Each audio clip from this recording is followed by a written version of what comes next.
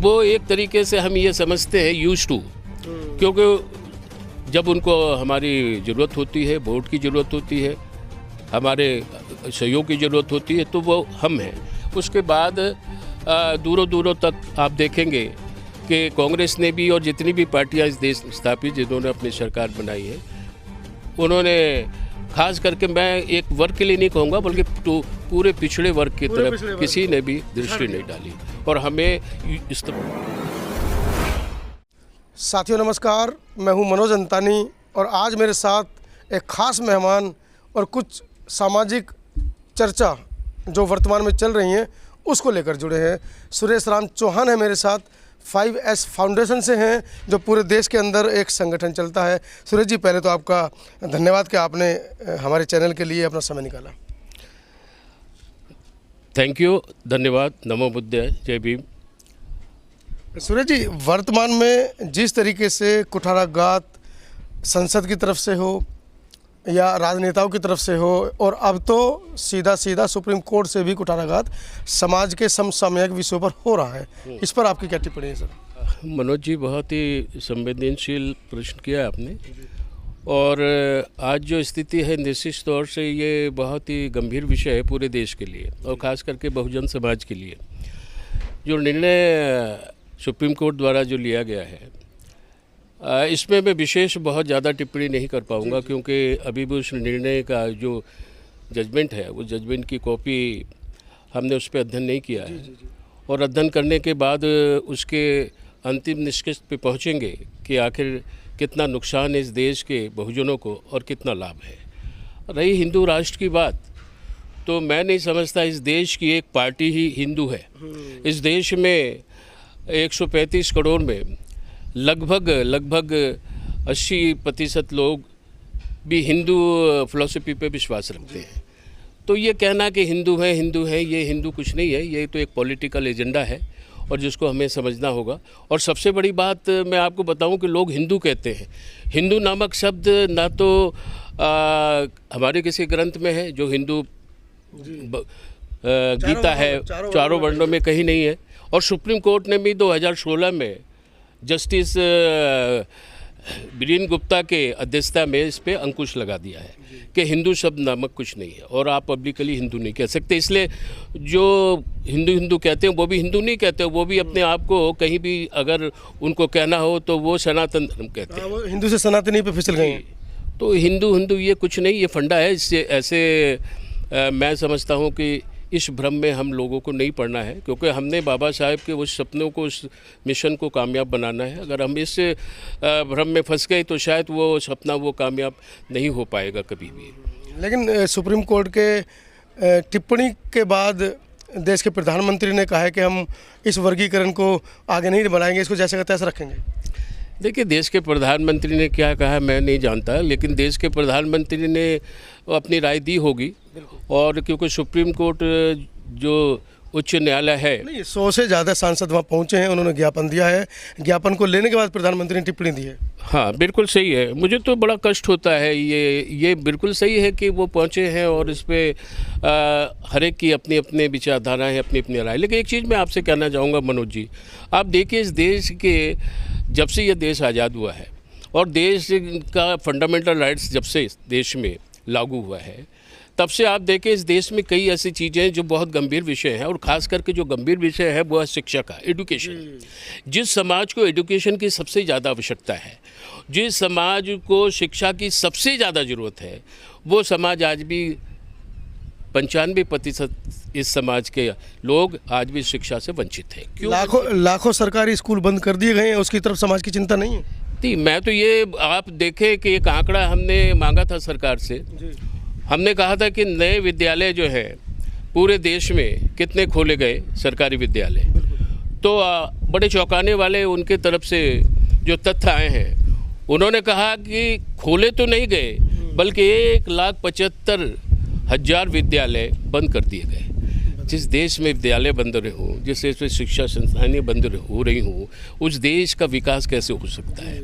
नहीं हो सकता। दूसरी बात, देखिए आप संविधान को मानते हैं, संविधान की बात करते हैं, लेकिन संविधान में तो 1989 में अमेंडमेंट हो गया कि 14 साल से लेके जो 6 साल से लेके 14 साल तक के बच्चे को शिक्षा मुक्त दी जाएगी, अनिवार्य शिक्षा मुक्त। अनिवार्य। जी। और इसका जो भी खर्च आएगा वो राज्य सरकार या केंद्र सरकार इसका करेगी, राज्य सरकार ही करेंगी। लेकिन ऐसा नहीं हो पाया। आज शिक्षा के नाम पे देश में लूट मची हुई है। आज शिक्षाओं को बिल्कुल व्यापार के तौर से शिक्षा चल रही है देश में। आज जिनके बच्चे अरबों खरबोपति हैं, करोड़पति, उनके बच्चे तो पढ़ लेते हैं, लेकिन वो जो गरीब है, जो देश का नागरिक है, जो इस देश का वोटर है, जो लोगों को, जो अपने संवैधानिक मतों को देके जो संसद में भेजता है लोगों को, आज उन लोगों की क्या स्थिति है, उनके बच्चों की क्या स्थिति है। सर, आरक्षण के नाम पे भीख मांगना बताया जाता है कि आप तो भिखारी हो, आरक्षण की भीख लेते हो तब यहाँ पर पहुँच जाते हो, मेरिट में आकर देखिए, ऐसे ऐसे बयान निकल कर आते हैं सर। नहीं, अगर आरक्षण भीख है तो मैं ये कहता हूँ कि इस देश में एक वर्ग जो मंदिरों में निरंतर देश की आज़ादी के पूर्व भी उनका ही वर्षज रहा है, तो वो भी आरक्षण है, वो भी एक तरफा 100% आरक्षण है। वहाँ भी अगर आप आरक्षण हम समाप्त कर सकते हैं, लेकिन हमें तो आरक्षण से, बाबा साहब ने ये कहा था कि एडुकेट रिप्रेजेंटेशन चाहिए हर क्षेत्र में, राजनीति में, शिक्षा में, आर्थिक तौर से और सामाजिक तौर से। वो आज तक इस देश की आज़ादी के बाद आज तक 77 साल होने को आ गए, हमें नहीं मिला। अब कब तक हम इंतज़ार करें? क्योंकि इसलिए देश की जनता भी, देश के बहुजन भी इस बात को समझ गए कि जो लोग, जिन लोगों को चुनकर हम वहाँ भेजते हैं, जो हमारी आवाज़ उठाएंगे, हमारी बात कहेंगे, हमारा दर्द उठाएंगे, हमारी समस्याओं को उजागर करेंगे, वो लोग सही मानों में जो 123 लोग हैं, जो बाबा साहब अम्बेडकर ने ये पॉलिटिकल आर्टिकल्स इसकी स्थापना की, तो उन्होंने कहा था कि इसका बहुत भयानक असर भी हो सकता है और बहुत अच्छा भी हो सकता है, लेकिन अच्छा कुछ नहीं हुआ तो बहुत ही भयानक।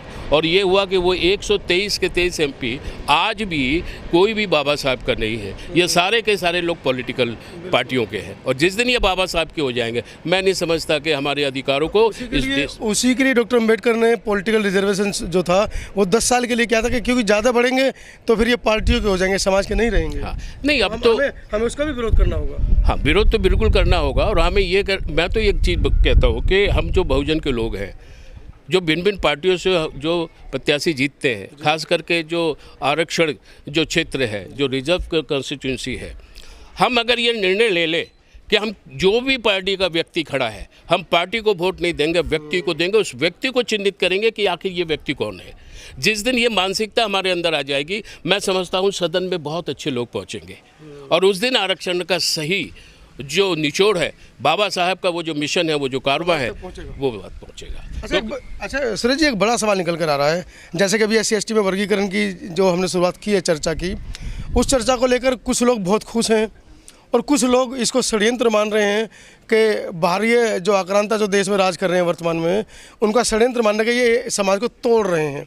तो आप किस तरफ हैं? समाज टूट रहा है या वाकई में अगर वर्गीकरण हो जाता है तो क्या जो पिछड़ा समाज रह गया है SC के अंदर, क्या उनका भला हो पाएगा? क्योंकि शिक्षा, स्वास्थ्य, रोजगार पर सरकार की तरफ से कोई चर्चा नहीं है। देखिए, मैं तो बिल्कुल साफ शब्द में कहूँ, मैंने पहले भी आपसे कहा, आपने बहुत गंभीर विषय सवाल पूछा है, क्योंकि ये किसी भी निष्कर्ष पे जाने के पहले मुझे उन चीज़ों पे मैं जानकारी हासिल कर लूँ। लेकिन एक चीज़ ज़रूर कहूँगा कि इस देश की बहुजन की एकता किसी भी कीमत पर जो है खंडित नहीं होनी चाहिए। हमारी एकता में कहीं कमी नहीं आनी चाहिए, क्योंकि बाबा साहब ने वो जो 4 मंत्र हमें दिए थे, शिक्षित बनो, संगठित हो और संघर्ष करो, 3 वो तीनों जो मंत्र हैं हमारे लिए, हमारे जीवन में बहुत बड़ा मायने रखते हैं। और अगर इन बाबा साहब के मंत्रों को हम भूल जाएं तो हमसे बड़ा बेईमान कोई नहीं होगा। हाँ, इसलिए मैं ऐसा मानता हूं कि एकता में कोई कमी नहीं आनी चाहिए। लेकिन साथ ही साथ मनोज जी, एक बात और कहूँगा कि एडुकेट रिप्रेजेंटेशन भी होना चाहिए। हम जो समाज के, जो बहुजन समाज के लोग हैं, हमारा जो पीछे हुआ समाज बैठा है, हमने उनकी तरफ भी देखना है कि उनको बाबा साहब के इस आरक्षण का लाभ मिला कि नहीं मिला, उनके जीवन में भी खुशहाली आई कि नहीं आई, वहाँ भी शिक्षा का वो उजाला हुआ। कौन सा ऐसा पैरामीटर है जो इस बात को चेक करेगा या इस बात की पुष्टि करेगा कि रिजर्वेशन जो बाबा साहब ने दिया वो उस समाज तक क्यों नहीं पहुंचा, उसके पीछे क्या कारण रहे, क्या समीक्षा रही, इसकी समीक्षा भी करनी पड़ेगी ना। बिल्कुल बिल्कुल, ये सही बात है और इसकी समीक्षा होनी चाहिए। और इस समीक्षा जब तक नहीं होगी तब तक सही निष्कर्ष पे हम सब नहीं पहुंच पाएंगे। और आज बड़ा गंभीर पूरे देश में विषय है, लेकिन कुछ लोग खुशी हो रहे हैं, कुछ लोग उदास हो रहे हैं। और जो और एक खेमा है जो चाहता है कि बहुजन जो टुकड़ों में बट जाएं, टूट जाएं, बिखर जाएं, और जितने ये छोटे छोटे टुकड़ों में हो जाएंगे उतना ज़्यादा हम इनका शोषण कर पाएंगे। हमें इस बात को भी ध्यान में रखना पड़ेगा। बड़ी जल्दबाजी में 21 तारीख का भारत बंद का भी आह्वान कुछ लोगों ने कर हाँ, मैं समझता हूँ कि ये बहुत ही जल्दीबाजी का निर्णय है, क्योंकि हम बहुजन समाज में जो बुद्धिजीवी हैं, इंटेलेक्चुअल्स हैं, और इन सबको बैठ कर हमें अध्ययन करना होगा, बैठना होगा शांति प्रिय से, क्योंकि जो लोग खुश हो रहे हैं वो हमारे अपने हैं। और इसलिए हो सकता है कि 21 तारीख का ये जो निर्णय है ये बहुत जल्दीबाजी का निर्णय है, और इससे कहीं ऐसा ना हो कि हमारे समाज में दरारें पैदा हो जाए। और एक बार दरार पैदा हो गई तो वो बहुत मुश्किल होगा फिर सबको एकत्रित, क्योंकि बहुत बड़े मुश्किल से हम सब एकत्रित हुए हैं। और फिर अगर टूट गए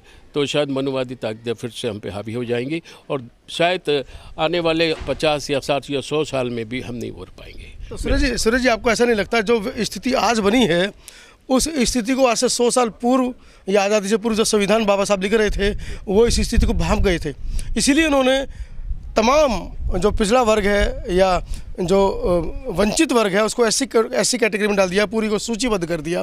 और ये भी कहा कि जितने सूचीबद्ध जो जातियां हैं वो सब आपस में रोटी बेटी का संबंध स्थापित करें, जिससे कि उनके अंदर प्यार बढ़े, एकजुटता बढ़े और वो एक होकर रहें। असल में हम बाबा साहब के उस महान जो उन्होंने संदेश हम सबको दिए, हम उससे कोसों दूर चले गए। हमने कभी भी बाबा साहब के उन नारों को, उन संदेश को कभी भी अपने जीवन में नहीं डाला। और यही वजह रहेगी जो आपने कहा, बहुत बड़ी बात कही, जब तक हमें रोटी बेटी का संबंध नहीं होगा हम क्यों ऐसा, क्योंकि मैं तो मानता हूं कि हम किसी भी जाति से क्यों ना हो, हमारी जाति एक ही है कि हम अम्बेडकरिस्ट हैं, अम्बेडकरवादी हैं। और जिस दिन ऐसा हम मान लेंगे उस दिन मैं समझता हूं कि इस देश में शासन हमारा होगा। क्योंकि आज भी हम ये कहते तो हैं कि हम 85% हैं, कहने के लिए अच्छा लगता है, मन को संतुष्टि मिलती है, लेकिन क्या वजह रहेगी, इसका जो अध्ययन है, इसका विश्लेषण आज भी लोगों ने नहीं किया कि मात्र 7% लोग भी आज़ादी के बाद और आज तक उनका राज है, उनका शासन है। तो हम में कहाँ कमी रह गई, ये जो हम में कहाँ कमी रह गई, इस बात का अगर हम सब मिलकर अगर चिंतन करें, बैठें, इस पे अगर अध्ययन करें, तो मैं समझता हूँ बहुत बड़ा निष्कर्ष निकल कर आएगा। यही चीज़ों की कमी है कि हम बिखरे हुए हैं, और जिस बात की ज़रूरत है उस बात को हम नहीं कहना चाहते, लेकिन हम बेकार की बातों में ज़्यादा हैं।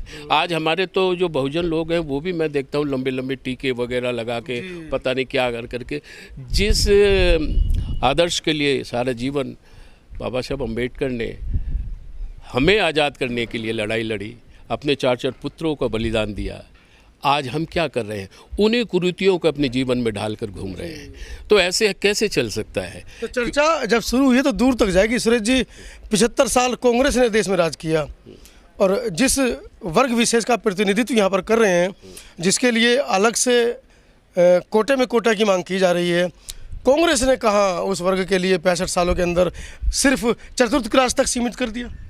बिल्कुल बिल्कुल बिल्कुल, क्योंकि हमें तो राजनीतिक पार्टियों ने छला है जी। और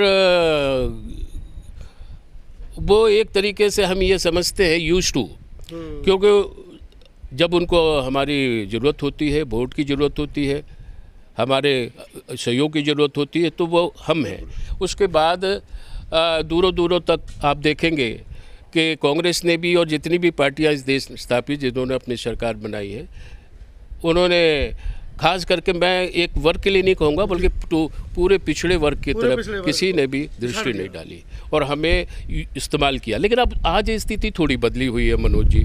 आज हमारे समाज में देखिए पढ़े लिखे लोग हैं, काफ़ी इंटेलेक्चुअल लोग हैं, बुद्धिजीवी हैं और अच्छे लोग आ गए हैं। तो मैं समझता हूँ कि वो स्थिति को, आज वही स्थिति एक समांतर चल रही है, ये बड़ा कष्ट होता। उस वक्त हमारे लोग में शिक्षा नहीं थी, आर्थिक तौर से बहुत कमज़ोर थे, सामाजिक तौर से बहुत कमज़ोर थे। आज हम सक्षम हैं। तो जब हम सक्षम हैं तो हम क्या कर रहे हैं? हम वही चीज़ कर रहे हैं जो हम आज से 50 साल पूर्व कर रहे थे। यही विडंबना है और यही कारण है कि जो सरकारें आ रही हैं और हमारा बहुत ही आसानी से हमारा शोषण कर रही हैं, उसकी वजह ये है कि इतनी दरारें हम में हैं, भिन्न विषयों पे हमारे बीच में दरारें हैं। इसे कहीं ना कहीं इन दरारों को ढकना होगा, भरना पड़ेगा, फिर समाज में एक नई जागृति आएगी, एक नया जोश आएगा। और मैं तो ऐसा विश्वास करता हूँ कि आने वाले दिनों में इस देश में ये तमाम कुरीतियाँ अगर हम ढक लें, ये तमाम कुरीतियों का समाधान कर लें, तो इस देश का अगला प्रधानमंत्री किसी दलित समाज से या पिछड़ा समाज से ही होगा। इसमें दो राय कहीं नहीं है। बहुत सुंदर बात सूरज जी ने कही है कि अगर हमारा समाज अभी भी न चेता, अभी भी न जागा और एक वंचित समाज से प्रधानमंत्री बनाकर नहीं भेज पाते हैं संसद में, तो आपके हक और अधिकार जो हैं वो कहीं ना कहीं खतरे में तो हैं ही, ख़त्म होने की कगार पर हैं। सूरज जी, चलते चलते आखिरी सवाल, जैसा कि मैंने आपके परिचय में बताया कि 5S फाउंडेशन से के माध्यम से आप पिछले 3-4 दशकों से काम कर रहे हैं समाज में। क्या है 5S फाउंडेशन? 5S फाउंडेशन का जो मेन उद्देश्य है, आप शिक्षा, सहयोग, सुरक्षा, सेवा, संगठन, हम इन 5 मूल बिंदुओं पे काम कर रहे हैं। जो बाबा साहब का ये मिशन है, ये कारवां था, उसी कारवां को लेकर हम आगे बढ़ रहे हैं। और मुझे ऐसा लगता है कि हमारे समाज में अभी भी 90% जो हमारे बच्चे हैं, जो हमारे लोग हैं, वो आज भी शिक्षा से कोसों दूर हैं। तो शिक्षा का बहुत, हमारे समाज में शिक्षा का बहुत ही आवश्यकता है।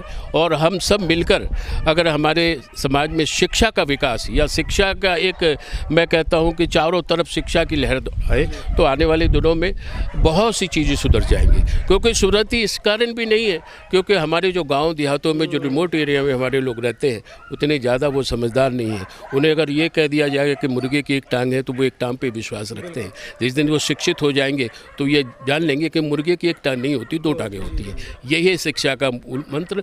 और मैं पुनः आपके चैनल के माध्यम से यही कहूँगा, देश में जो जिस तरह की स्थिति है, इस पे हम सभी को बड़ी गंभीरता से विचार करना होगा और बिल्कुल किसी प्रोवोकेशन में, किसी बहकावे में ना आए और धैर्य रखें, सब कुछ सामान्य हो जाएगा।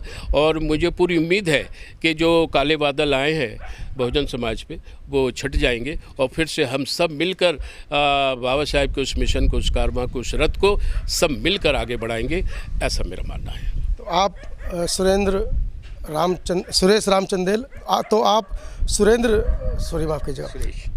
सुरेश रामचंदेल, माफ़ कीजिएगा, आप सुरेश राम चौहान साहब, जैसा कि अपने वक्तव्य में इन्होंने बहुत से बिंदुओं को छेड़ा है, छुआ है और कहीं ना कहीं एक सकारात्मकता भी समाज को देने की कोशिश की है। तो आप कहाँ तक सहमत हैं सुरेश जी के बयानों से? देश और अंतर्राष्ट्रीय स्तर पर किस जगह से आप हमारी वीडियो को देख रहे हैं, कमेंट सेक्शन में ज़रूर लिखिए।